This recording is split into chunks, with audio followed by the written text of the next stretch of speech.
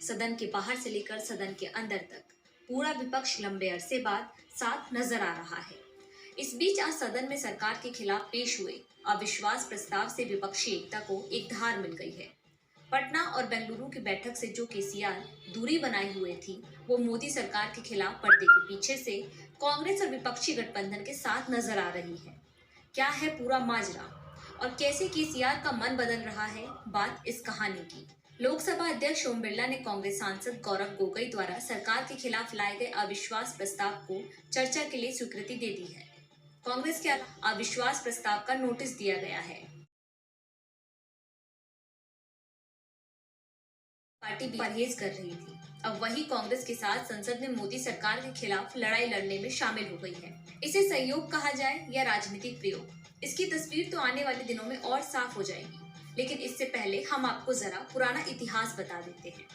5 साल पहले जब जुलाई 2018 में मोदी सरकार के खिलाफ पहला अविश्वास प्रस्ताव आया था, तब चंद्रबाबू नायडू की पार्टी टीडीपी ने संसद में उसे पेश किया था और केसीआर की पार्टी के सभी सांसदों ने अविश्वास प्रस्ताव पर वोटिंग से खुद को बाहर रखकर मोदी सरकार का बचाव किया था।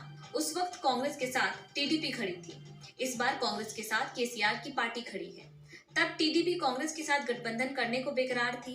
इस बार हालांकि तेलंगाना में इस बात की संभावना कमी है कि केसीआर किसी दल से गठबंधन करेंगे, लेकिन इस बात से इनकार नहीं किया जा सकता कि अगले साल केंद्र में गैर बीजेपी सरकार बनाने में अगर विपक्षी दलों को उनकी मदद की दरकार हुई तो वो उन्हें निराश भी नहीं करेंगे। कर्नाटक चुनाव के बाद दक्षिण में एक बार फिर कांग्रेस मजबूत स्थिति में दिख रही है। यही वजह है कि दक्षिण भारत में कांग्रेस बदल रहे हैं।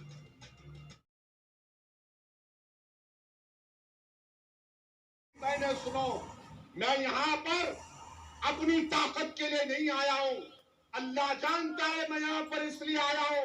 तो इज्जत दी गई, तुझको मकबूलियत दी गई, तुझको बोलने की आवाज दी गई, तुझे जबान दी गई।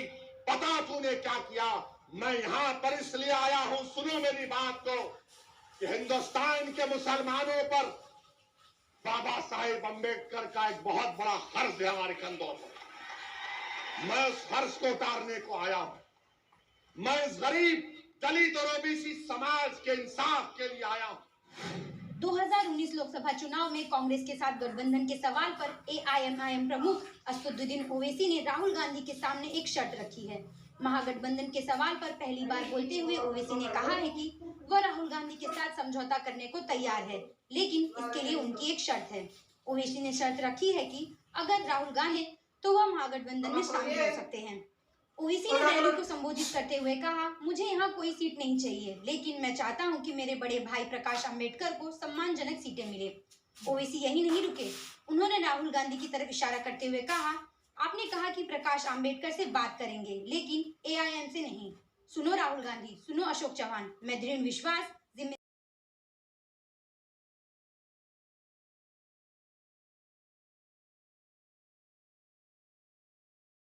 बड़े भाई प्रकाश अंबेडकर से बात करें, उन्हें वो सीटें दे जिनके वो हकदार हैं। मैं एक भी सीट नहीं चाहता हूँ। आप बोलते हैं कि नहीं, प्रकाश अंबेडकर साहब से बातचीत हो सकती है, एमआईएम से नहीं हो सकती।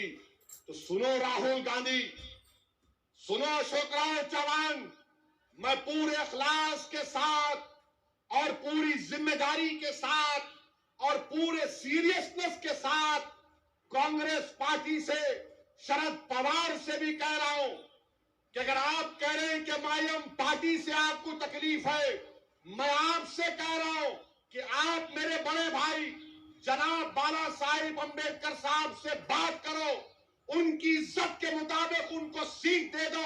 मेरे को एक सीट भी नहीं चाहिए, मुझे एक सीट भी नहीं चाहिए। जितनी सीट उनकी इज्जत और उनके मुकाम के लिहाज से आप दोगे, असदुद्दीन ओवैसी अलग मीटिंग करके तारीफ करेगा, मैं तुम्हारे डाइस पर भी नहीं आऊंगा। चलो बताओ अशोक राव, तुमको कबूल है? जवाब दो अशोक राव, तुम बड़ी बड़ी बातें करते हो, आज मैं तुमको। बोलो अशोक चौहान, क्या आप तैयार हैं? आप बहुत बड़ी बड़ी बातें करते हैं, आज मैं आपको ऑफर दे रहा हूँ। अशोक राव साहब, मुझे महाराष्ट्र का चीफ मिनिस्टर बनने का शौक नहीं। अशोक राव साहब, मुझे